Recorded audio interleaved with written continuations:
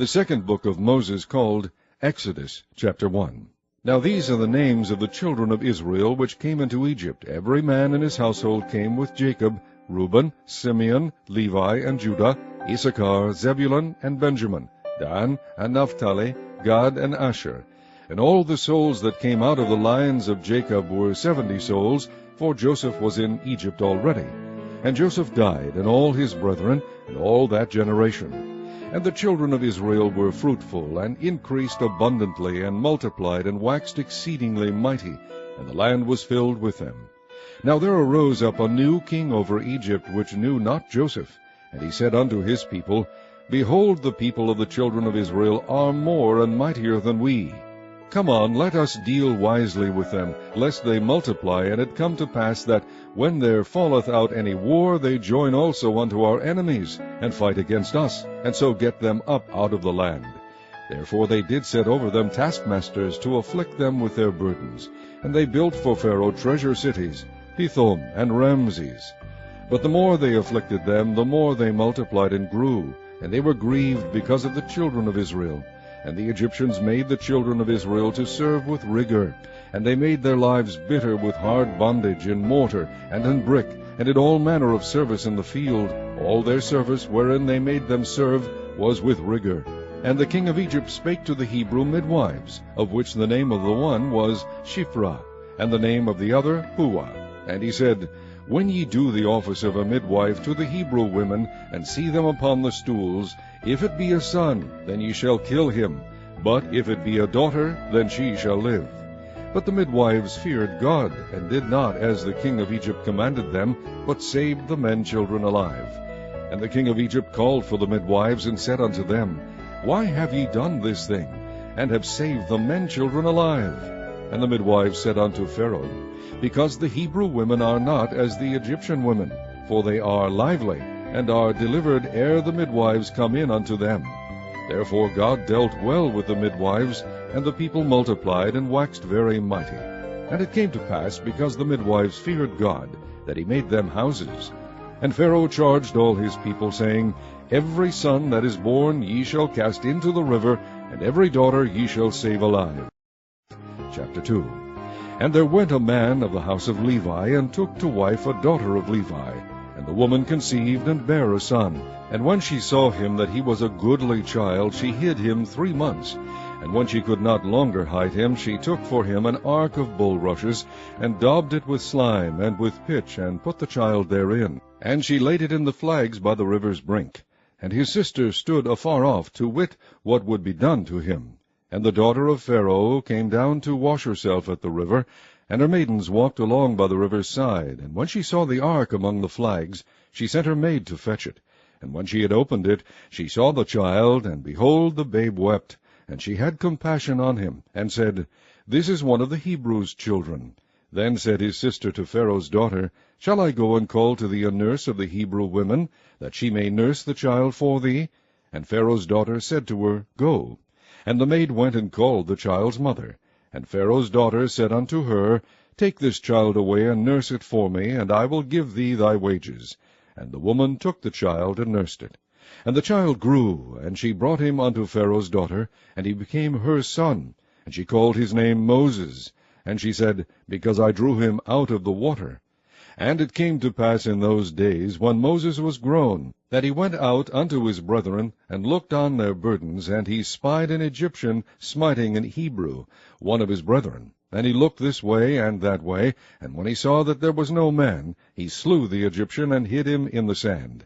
And when he went out the second day, behold, 2 men of the Hebrews strove together. And he said to him that did the wrong, Wherefore smitest thou thy fellow? And he said, Who made thee a prince and a judge over us? Intendest thou to kill me, as thou killest the Egyptian? And Moses feared, and said, Surely this thing is known. Now when Pharaoh heard this thing, he sought to slay Moses. But Moses fled from the face of Pharaoh, and dwelt in the land of Midian. And he sat down by a well. Now the priest of Midian had 7 daughters, and they came and drew water, and filled the troughs to water their father's flock. And the shepherds came and drove them away, but Moses stood up and helped them, and watered their flock. And when they came to Reuel their father, he said, How is it that ye are come so soon today? And they said, An Egyptian delivered us out of the hand of the shepherds, and also drew water enough for us, and watered the flock. And he said unto his daughters, And where is he? Why is it that ye have left the man? Call him, that he may eat bread. And Moses was content to dwell with the man. And he gave Moses Zipporah his daughter, and she bare him a son, and he called his name Gershom, for he said, I have been a stranger in a strange land. And it came to pass in process of time that the king of Egypt died, and the children of Israel sighted by reason of the bondage, and they cried, and their cry came up unto God by reason of the bondage. And God heard their groaning, and God remembered his covenant with Abraham, with Isaac, and with Jacob. And God looked upon the children of Israel, and God had respect unto them. Chapter 3.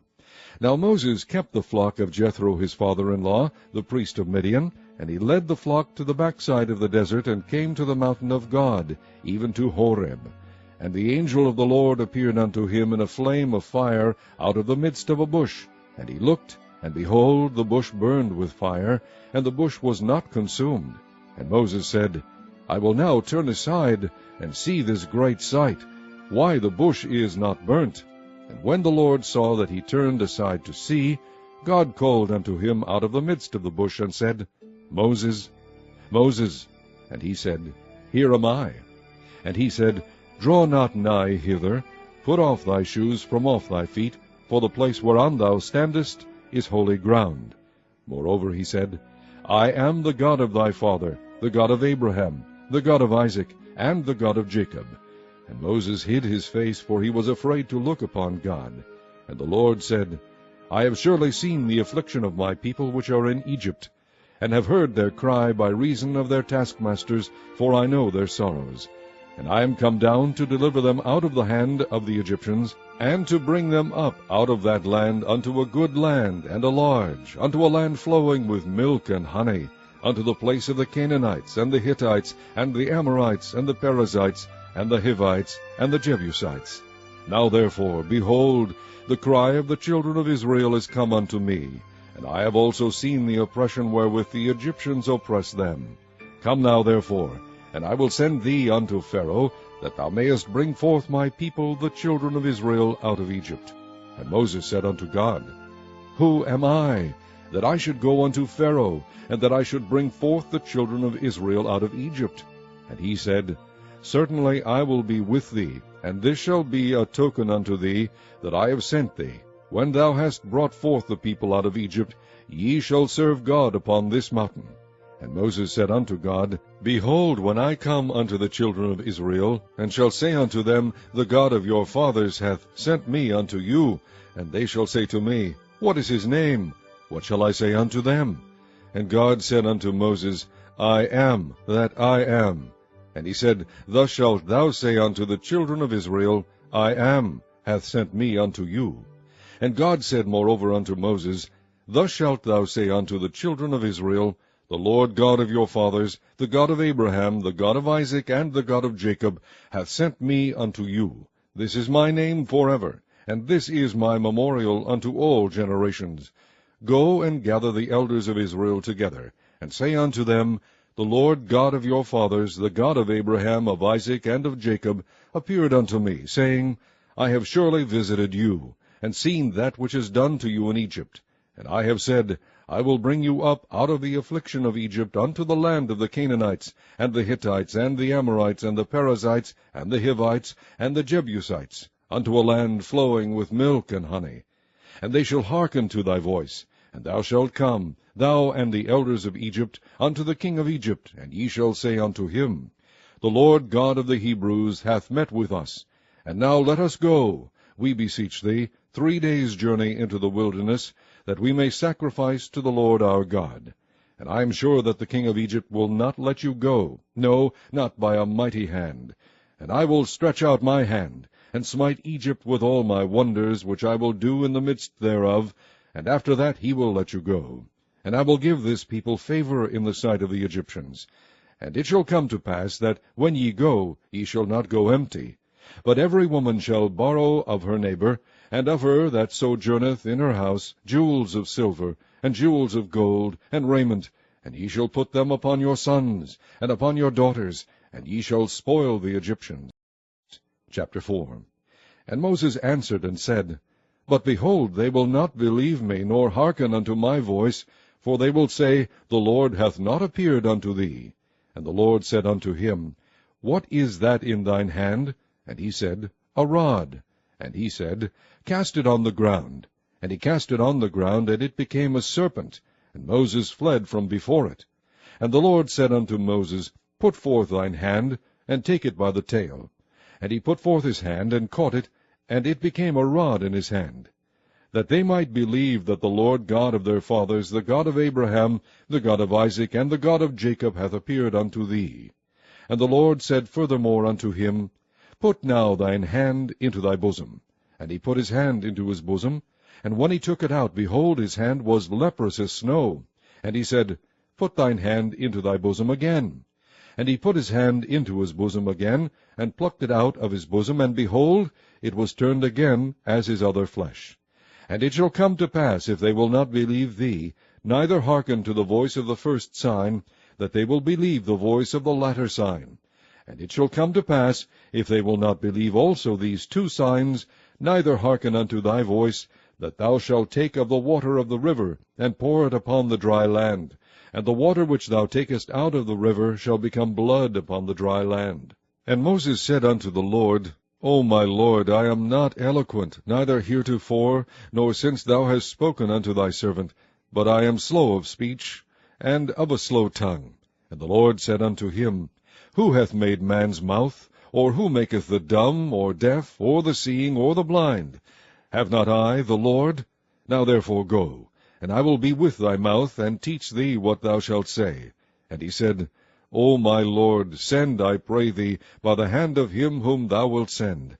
And the anger of the Lord was kindled against Moses, and he said, Is not Aaron the Levite thy brother? I know that he can speak well. And also, behold, he cometh forth to meet thee, and when he seeth thee, he will be glad in his heart. And thou shalt speak unto him, and put words in his mouth. And I will be with thy mouth, and with his mouth, and will teach you what ye shall do. And he shall be thy spokesman unto the people, and he shall be, even he shall be to thee instead of a mouth, and thou shalt be to him instead of God. And thou shalt take this rod in thine hand, wherewith thou shalt do signs. And Moses went and returned to Jethro his father-in-law, and said unto him, Let me go, I pray thee, and return unto my brethren which are in Egypt, and see whether they be yet alive. And Jethro said to Moses, Go in peace. And the Lord said unto Moses in Midian, Go, return into Egypt, for all the men are dead which sought thy life. And Moses took his wife and his sons, and set them upon an ass, and he returned to the land of Egypt. And Moses took the rod of God in his hand. And the Lord said unto Moses, When thou goest to return into Egypt, see that thou do all those wonders before Pharaoh which I have put in thine hand. But I will harden his heart, that he shall not let the people go. And thou shalt say unto Pharaoh, Thus saith the Lord, Israel is my son, even my firstborn. And I say unto thee, Let my son go, that he may serve me. And if thou refuse to let him go, behold, I will slay thy son, even thy firstborn. And it came to pass by the way in the inn, that the Lord met him, and sought to kill him. Then Zipporah took a sharp stone, and cut off the foreskin of her son, and cast it at his feet, and said, Surely a bloody husband art thou to me. So he let him go. Then she said, A bloody husband thou art, because of the circumcision. And the Lord said to Aaron, Go into the wilderness to meet Moses. And he went and met him in the mount of God, and kissed him. Then Moses told Aaron all the words of the Lord who had sent him, and all the signs which he had commanded him. And Moses and Aaron went and gathered together all the elders of the children of Israel. And Aaron spake all the words which the Lord had spoken unto Moses, and did the signs in the sight of the people. And the people believed. And when they heard that the Lord had visited the children of Israel, and that he had looked upon their affliction, then they bowed their heads and worshipped.